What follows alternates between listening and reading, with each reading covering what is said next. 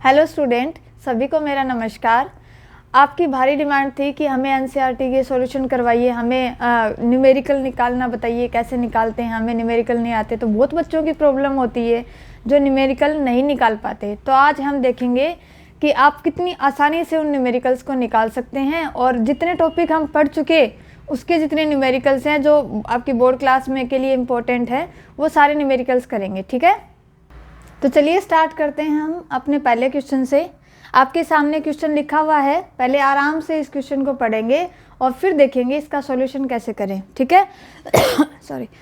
वायु में एक दूसरे से 30 सेंटीमीटर दूरी पर रखे दो छोटे आवेशित गोलों पर क्रमशः 2 × 10⁻⁷ कूलाम तथा 3 × 10⁻⁷ कूलाम आवेश है, उनके बीच कितना बल है। तो मैंने क्या बताया था, कोई भी न्यूमेरिकल करने से पहले उसमें जो भी दिया गया है वो लिख लें और साथ में वो डायग्राम बना लें कि जिस हिसाब से क्या दिया हुआ है। ठीक है, वायु में है मतलब वायु की बात हो रही है, और दो गोले दे रखे छोटे छोटे, मतलब ये मान ली इतने 2 छोटे बिंदु आवेश ही दिए हुए हैं सारे। ठीक है, 2 छोटे गोले दे दिए और इन दोनों गोलों पर दिया हुआ है आवेश कितना है। ठीक है, और आवेश हमने ये मान लिया Q1 और ये मान लिया Q2। इस आवेश को हमने नाम दिया Q1 और इसको हमने नाम दिया Q2, और दोनों एक दूसरे से 30 सेंटीमीटर की दूरी पर हैं। इन दोनों के बीच की दूरी कितनी है, 30 सेंटीमीटर। और हमसे पूछा है कि उनके बीच में कितना बल है। हमें बल का मान निकालना है, यानी फोर्स F की वैल्यू फाइंड आउट करनी है। अब बल निकालने के लिए हमने देखा था कि जब 2 आवेश परस्पर कुछ दूरी पर रखे हुए हों तो उनके बीच में कितना बल लगता है, Q1 Q2 upon R²। Coulomb ने बताया था ये। ठीक है, तो इसी फॉर्मूले के हिसाब से करें। इसमें क्या क्या दिया हुआ है पहले वो लिख लें। Q1 की वैल्यू दी हुई है कितनी, 2 × 10⁻⁷ कूलाम।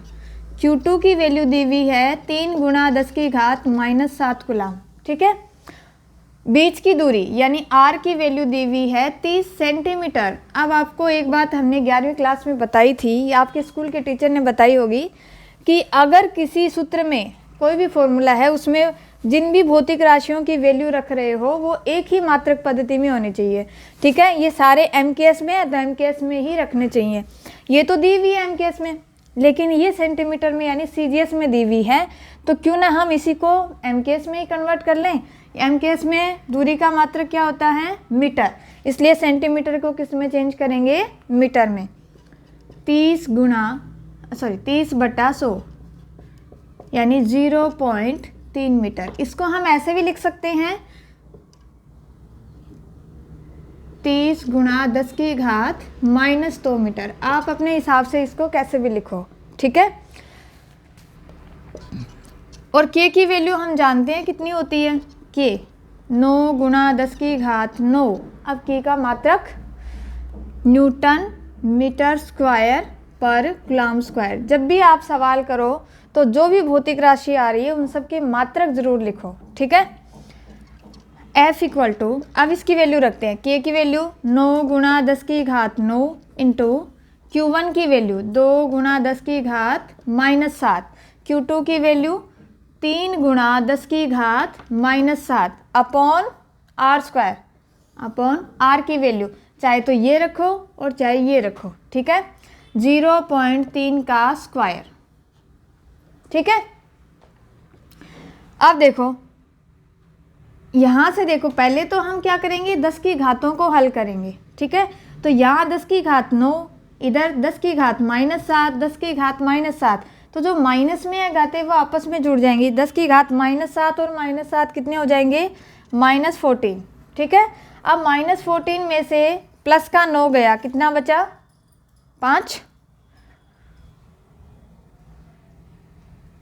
नहीं, 5 नहीं, 3, हाँ 3 2 5, 10 की घात माइनस की इसलिए क्योंकि 14 क्या है, ज़्यादा, माइनस की संख्या ज़्यादा है।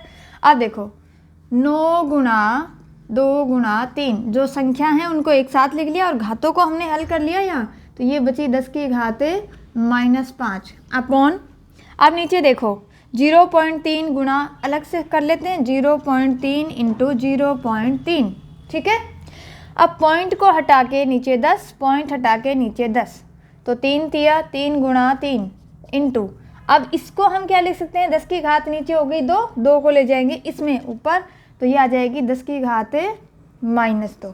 ठीक है, 3 गुणा 10 की घात -2। ठीक है, अब 3 तिया 9, 9 से ये 9 कैंसिल, कितने हो गए ये, 3 दूनी 6। अब देखो 10 की घात -5 और 10 की घात -2 को क्या ले जाएंगे ऊपर, ये हो जाएगा प्लस का, तो 6 गुणा 10 की घात -5 में से 2 गए, कितने बचे, 10 की घात -3। अब क्या निकाल रहे हैं हम, बल, F इक्वल टू तो इतना ही अगर सवाल कर दोगे तो ये तो आपने मात्रक नहीं लिखा, यानी इसके एक नंबर या आधा नंबर कोई काट सकता है। ठीक है, तो कोई भी सवाल करो उसमें जो भी भौतिक राशियाँ आ रही है उनके मात्रक जरूर लिखने होते हैं। ठीक है, तो कितना आएगा, 6 गुणा 10 की घात -3 न्यूटन। तो पहले इस सवाल का आंसर क्या हुआ, 6 गुणा 10 की घात -3 न्यूटन। ठीक है, चलिए अब करते हैं अपना नेक्स्ट सवाल। आपके सामने दूसरा सवाल है कि 0.4 माइक्रोकुलम आवेश के किसी छोटे गोले पर, छोटा सा गोला बना दिया, ये छोटा गोला, ठीक है, किसी अन्य छोटे आवेशित गोले के कारण वायु में 0.2 न्यूटन बल लगता है। ठीक है, अन्य यानी ये रहा दूसरा,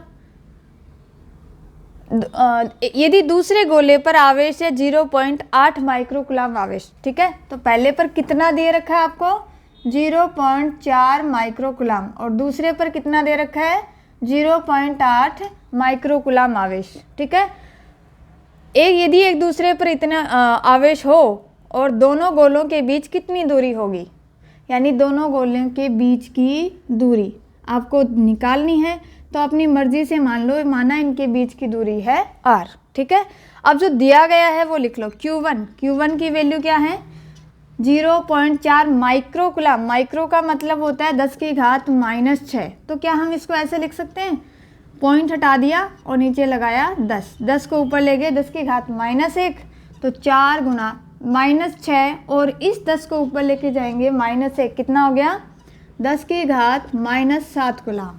ठीक है, Q2 इक्वल टू 0.8 माइक्रोकुलम, यानी 10 की घात -6 कुलाम दे रखा है।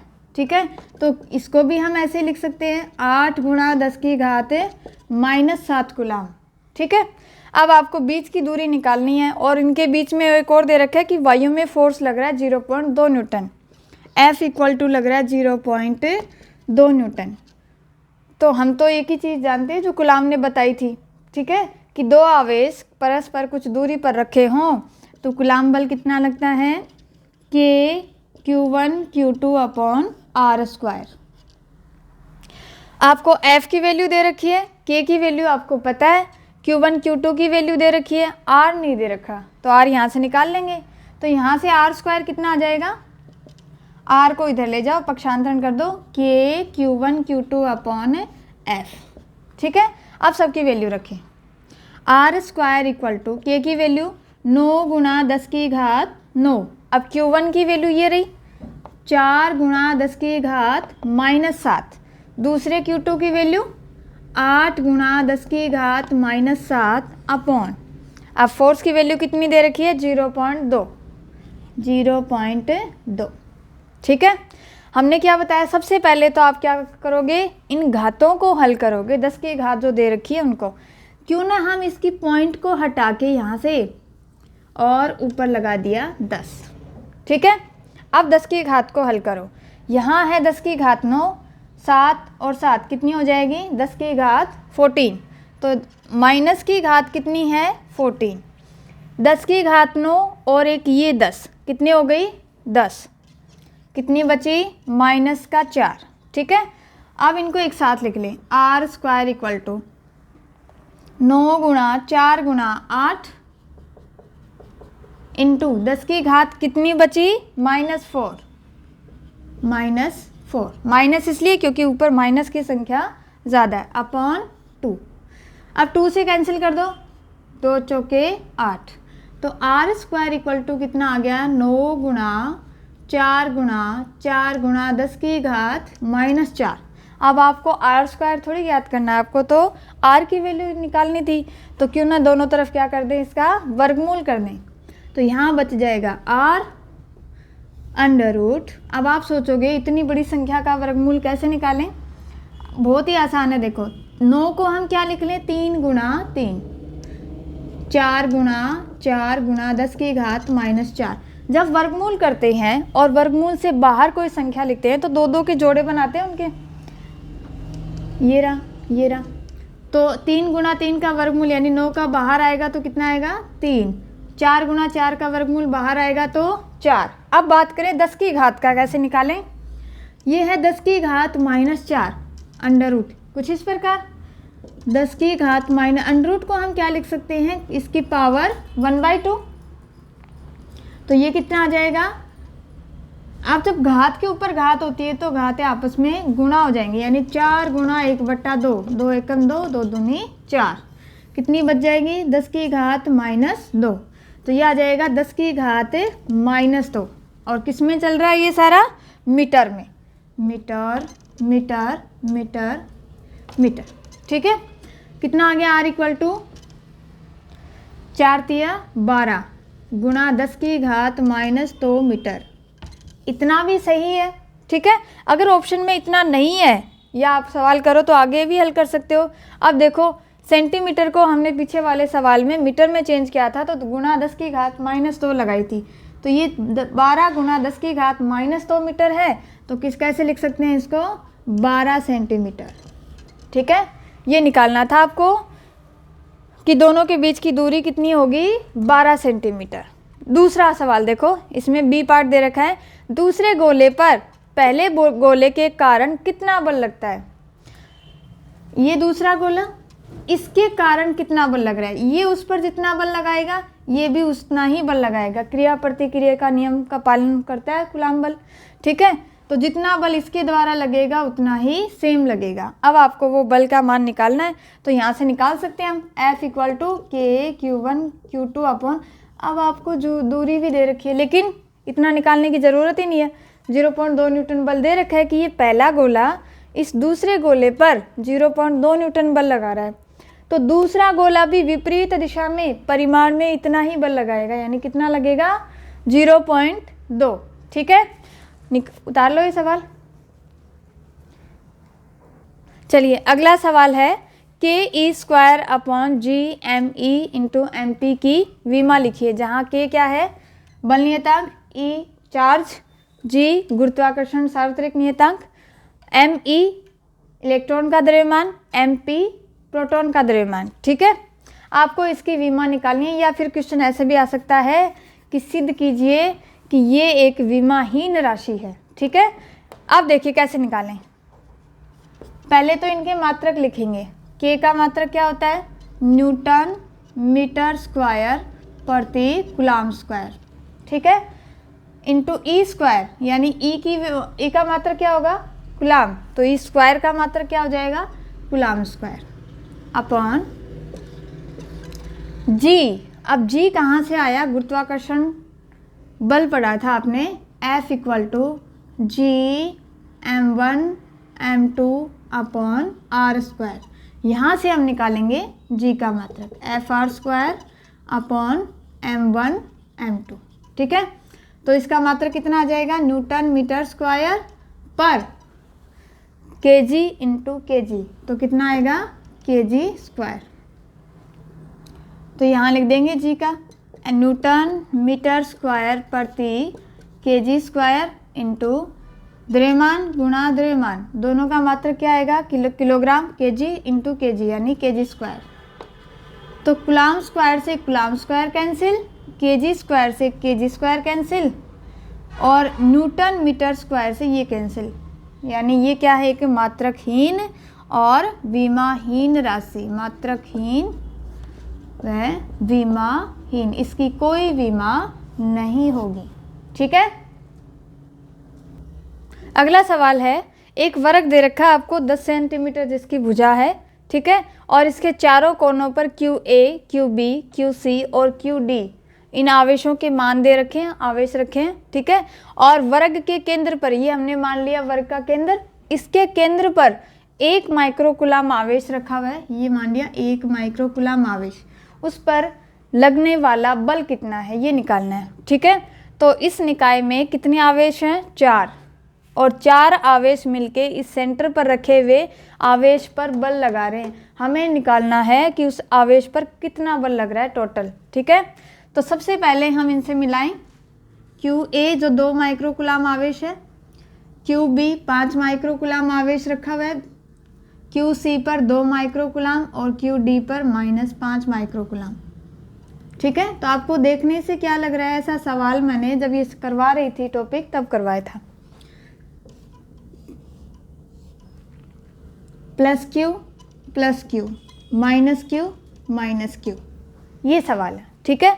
और इसके सेंटर पर रखा है कोई अन्य आवेश जिसकी वैल्यू है 1 माइक्रोकुलाम। इन बाकी आवेशों के कारण आपको निकालना है इस पर टोटल बल कितना होगा, ठीक है। तो अध्यारोपण का सिद्धांत लगाएं, इस आवेश पर लगने वाला कुल बल, इसके कारण लगने वाला बल प्लस इस आवेश के कारण लगने वाला बल, इस आवेश के कारण और इस आवेश के कारण लगने वाले बलों का सदिश योग होगा, ठीक है। तो हम पहले इसके कारण निकाल लें, पहले तो दिशा निकालें इसकी, क्योंकि बल क्या है, एक सदिश राशि। ये है 2 माइक्रोकुलाम यानी कोई पॉजिटिव चार्ज, और ये भी क्या है, पॉजिटिव, एक दूसरे से r दूरी पर रखे हुए हैं, ठीक है। तो इस पे फोर्स कितना लगेगा, ये क्या करेगा, इसको पीछे की ओर धकेलेगा, यानी धक्का मारेगा बाहर की ओर। तो ये किस तरफ जाएगा, इसी लाइन के अकॉर्डिंग इस तरफ, ये मान लिया F1। इसकी जो इसने जो बल लगाया उसको हमने मान लिया F1। अब बात करें इसकी, ये माइनस का चार्ज है, नेगेटिव, और ये पॉजिटिव, तो नेगेटिव क्या करेगा, इसे अपनी तरफ खींचेगा, खींच के कहाँ जाएगा, ये इसकी ओर, इसकी ओर मतलब कुछ इस प्रकार, ये हो गया F2, ठीक है। अब बात करें C पर रखे हुए चार्ज की, जो कि धनात्मक ही है, ये भी पॉजिटिव, ये भी पॉजिटिव, किस तरफ जाएगा, ये इसको, ये क्या करेगा, ये आवेश इसको प्रतिकर्षित करेगा, किस तरफ जाएगा, इस चार्ज से दूर, यानी इस तरफ, ठीक है। ये हमने मान ली F3, ठीक है। अब बात करें इस पर रखे हुए, ये भी नेगेटिव है, तो नेगेटिव क्या करेगा, इस पॉजिटिव को अपनी तरफ खींचेगा, अपनी तरफ खींच के यानी इस तरफ, ये जाएगा इस तरफ, ये हो गई मान लो F4।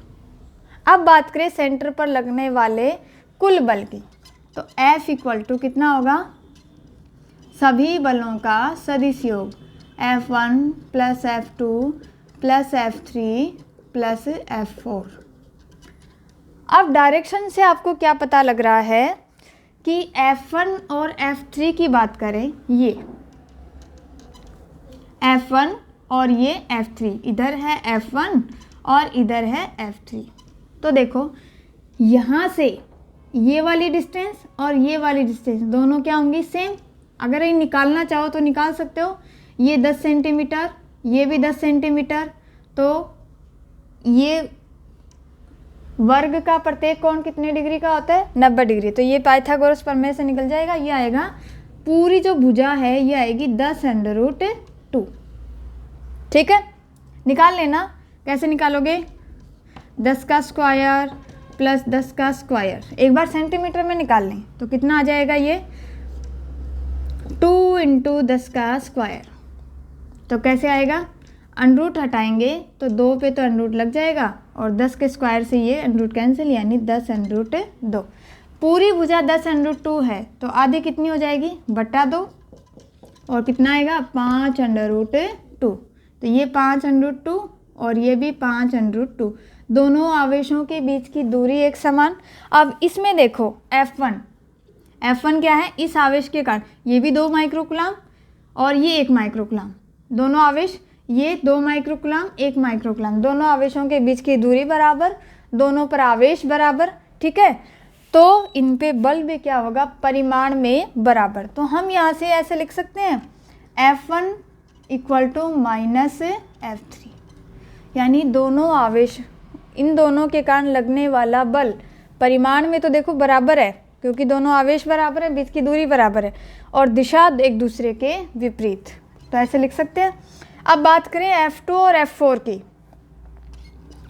F2 की बात करें तो F2 देखो किसके कारण है, -5 माइक्रोकुलाम आवेश और 1 माइक्रोकुलाम आवेश के कारण।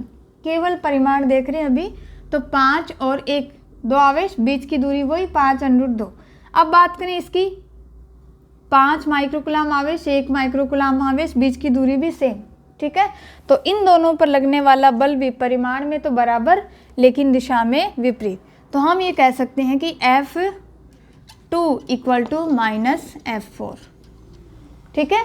जब ये हम वैल्यू इसमें रखें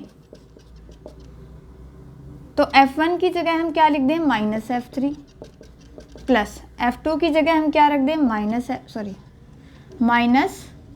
-F4, और ये तो ऐसे कैसे हैं, F3 प्लस F4, तो टोटल बल कितना होगा, 0। यानी अगर कोनों पर एक विकर्ण के ऊपर रखे हुए, विकर्ण वाले जो शीर्ष हैं उन पर रखे हुए आवेश बराबर और ये वाले आवेश बराबर हों तो सेंटर पर लगा फोर्स कितना होगा, 0, ठीक है। आया समझ में? ऐसे ही करना है आपको ये सवाल। अब चलते हैं अपने नेक्स्ट सवाल। चलिए नेक्स्ट क्वेश्चन पढ़ते हैं। 2 बिंदु आवेश QA 3 माइक्रोकुलाम तथा QB -3 माइक्रोकुलाम निर्वात में एक दूसरे से 20 सेंटीमीटर दूरी पर स्थित है। अब जो इसने ये दे रखा है उसको हम एक डायग्राम से समझ लेते हैं। 2 बिंदु आवेश ये वाले, एक मान लिया Q जो प्लस Q, और दूसरा है, देखो यहाँ से मैं A और B ये मान लो, ठीक है।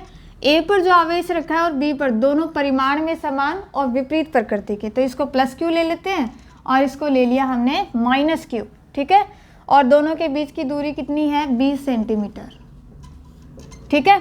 अब देखो क्या निकालना है हमें। नंबर 1, दोनों आवेशों को मिलाने वाली रेखा AB के मध्य बिंदु O पर, मध्य बिंदु यानी ये वाला मान लिया 10 सेंटीमीटर इधर से, 10 सेंटीमीटर इधर से, इस बिंदु O पर विद्युत क्षेत्र की तीव्रता निकालनी है टोटल दोनों आवेशों के कारण, ठीक है। तो सबसे पहले हम देखें डायरेक्शन। +Q आवेश के कारण इस बिंदु पर कितनी होगी, परीक्षण आवेश है, कोई परीक्षण आवेश रखा है तो वो भी धनात्मक, ये भी धनात्मक, किधर फेंकेगा उसको, अपने से दूर यानी इस तरफ। ये मान ली हमने EA बिंदु पर जो आवेश रखा है उसके कारण विद्युत क्षेत्र की तीव्रता EA लिख लो, चाहे इसको पहला आवेश इसको लिख लो दूसरा, और चाहे इसको लिख दो E1, ठीक है। अब दूसरे आवेश के कारण देखें, ये -Q है, ये +Q, -Q क्या करेगा, इसको अपनी तरफ खींचेगा, तो अपनी तरफ किस तरफ जाएगा, ये -Q की ओर यानी इधर, ठीक है। ये हो जाएगी E2। E1 और E2 की डायरेक्शन क्या है, एक ही दिशा में, तो परिणामी विद्युत क्षेत्र कितना आ जाएगा, बिंदु O पर EO लिख दें या E नेट लिख दो, चाहे E लिख दो, ठीक है। ये आ जाएगा E1 प्लस E2 और डायरेक्शन -Q की ओर, ठीक है। केवल परिमाण देखें इसका, तो E1 प्लस E2। E1 की वैल्यू, E1 कहाँ से आएगा, इन दोनों के कारण, KQ अपॉन बीच की दूरी 10 सेंटीमीटर। अब R इक्वल टू क्या है, ये वाली R1, 10 सेंटीमीटर, सेंटीमीटर को किस में चेंज करेंगे, मीटर में, यानी 0.1, या फिर ऐसे लिख सकते हैं 10 गुणा 10 की घात -2, ठीक है, मीटर।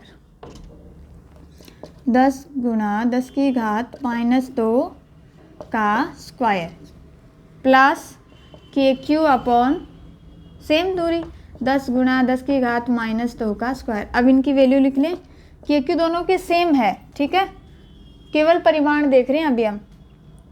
तो ये कितना आ जाएगा, 1/10 गुणा 10 की घात -2 का स्क्वायर प्लस 1/10 गुणा 10 की घात -2 का स्क्वायर, सेम, तो क्यों नहीं, ये हो जाएगा 2 गुणा KQ इंटू 2 गुणा 10 गुणा 10 की घात -2 का स्क्वायर।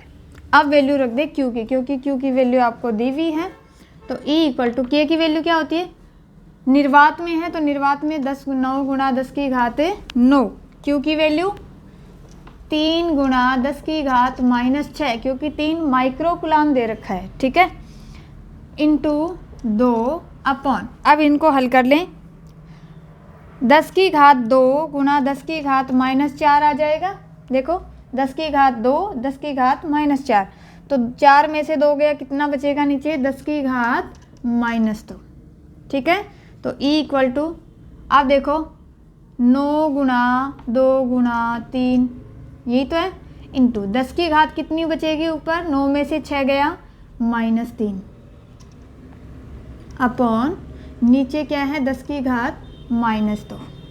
कर सकते हैं इसको हल। 10 की घात -2 ऊपर जाएगी तो 10 की घात +2, तो ये बचेगा 10 की घात -1, ठीक है, इंटू 10 की घात -1। ये देखो 9 दूनी 18, 18 को 3 से गुणा किया तो 54। अब इसका मात्रा क्या होता है, न्यूटन प्रति कूलाम, ठीक है।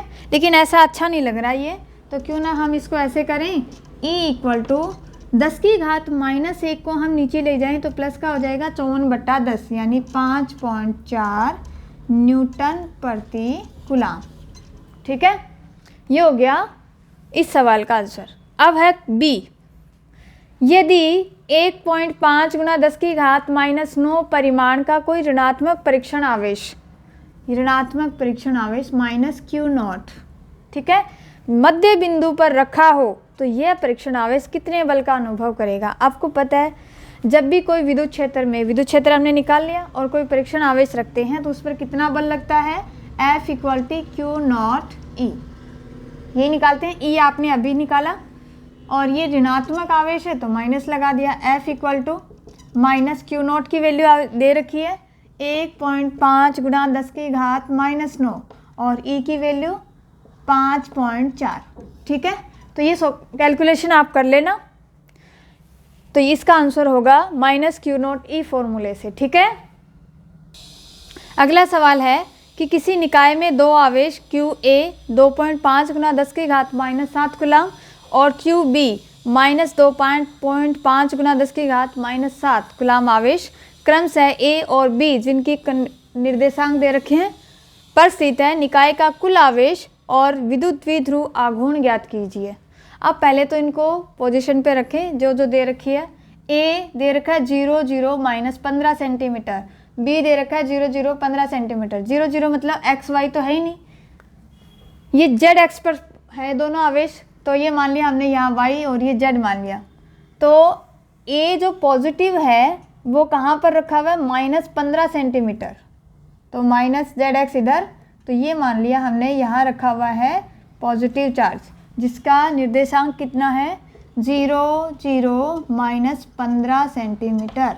ये A बिंदु दे रखा है और B बिंदु पर रखा हुआ है माइनस आवेश, यानी नेगेटिव में, समान परिमाण और नेगेटिव में, तो ये मान लिया यहाँ नेगेटिव चार्ज रखा हुआ है और इसके निर्देशांक है 0 0 15 सेंटीमीटर, ठीक है। ये बिंदु मान लिया हमने B, ये मूल बिंदु O।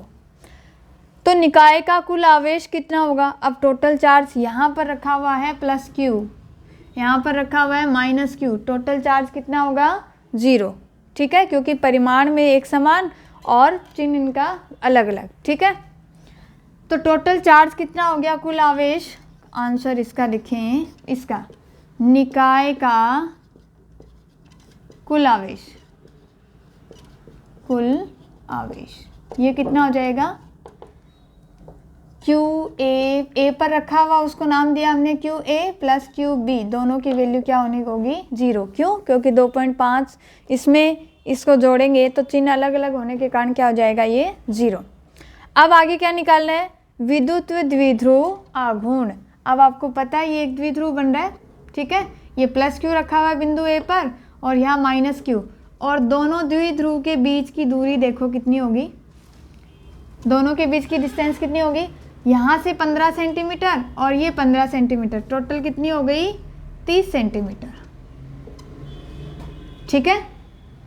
ऐसे मत करने लग जाना, ऊपर 15 पॉजिटिव दे रखी है, -15 तो 0 0 नहीं, दूरी कभी 0 नहीं होती, ठीक है। ये तो निर्देशांक पद्धति में कि -zx दिशा में दे रखा है ये। अब देखो द्विध्रुव आघूर्ण का हमने सूत्र पढ़ा था, आवेश का परिमाण इंटू दोनों आवेशों के बीच की दूरी। अब आपने ये सूत्र पढ़ा था P इक्वल टू 2AQ। अब ये 2A ऐसे मत रख देना कि A की वैल्यू आप रख दो 30 सेंटीमीटर और 2 से गुणा कर दो। 2A का मतलब क्या था कि दो, एक पॉजिटिव नेगेटिव चार्ज ये रहा, एक पॉजिटिव, ठीक है, और दोनों के बीच की डिस्टेंस हमने मानी थी 2A। तब हमने यहाँ रखा था दोनों आवेशों के बीच की दूरी को 2A, ठीक है। अब आपको दोनों के बीच की जो दूरी है टोटल वो दे रखी है 30 सेंटीमीटर, ठीक है। तो P इक्वल टू आवेश का परिमाण 2.5 इंटू 10⁻⁻⁷, ठीक है, और दोनों आवेशों के बीच की दूरी 2A की वैल्यू अब क्या दे रखी है आपको 30 सेंटीमीटर। सेंटीमीटर को किस में चेंज करेंगे, मीटर में। 30 गुणा 10⁻⁻², या हम लिख सकते हैं 0.3, ठीक है। कैसे भी, या आप लिख सकते हो 3 गुणा 10⁻⁻1 मीटर में, ठीक है। तो यहाँ लिखें 30 गुणा 10⁻², ठीक है। अब देखो पॉइंट हटा के नीचे लगाया 10, ये से ये कट गया, तो P इक्वल टू 25 को 3 से, या फिर ऐसे ही कर दो डायरेक्ट,